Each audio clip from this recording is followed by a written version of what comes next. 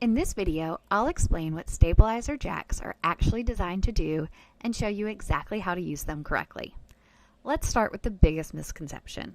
Stabilizer jacks are not leveling jacks.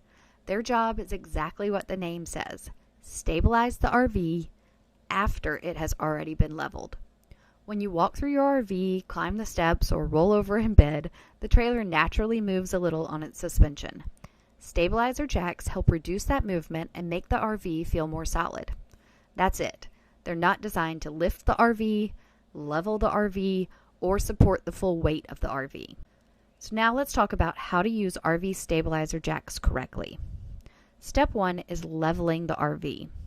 Before the stabilizer jacks ever touch the ground, the RV should already be level. Level side to side using leveling blocks, ramps, or another leveling system under the wheels.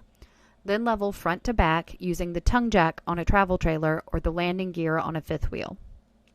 Once the RV is level, it's time to lower the stabilizer jacks. Whenever possible, place a jack pad or several blocks under each stabilizer jack. This does two things. First, it helps prevent the stabilizer foot from sinking into soft ground, and second, it reduces how far the stabilizer jack has to extend. The less a stabilizer jack extends, the stronger and more stable it typically is. For that reason, I like to place blocks under the stabilizer whenever the jack would otherwise need to extend several inches to reach the ground. Lower each stabilizer jack until it makes firm contact with the block. Then continue lowering just enough to remove some of the movement from the RV. You want the stabilizer jack to support the RV's movement, not lift the RV.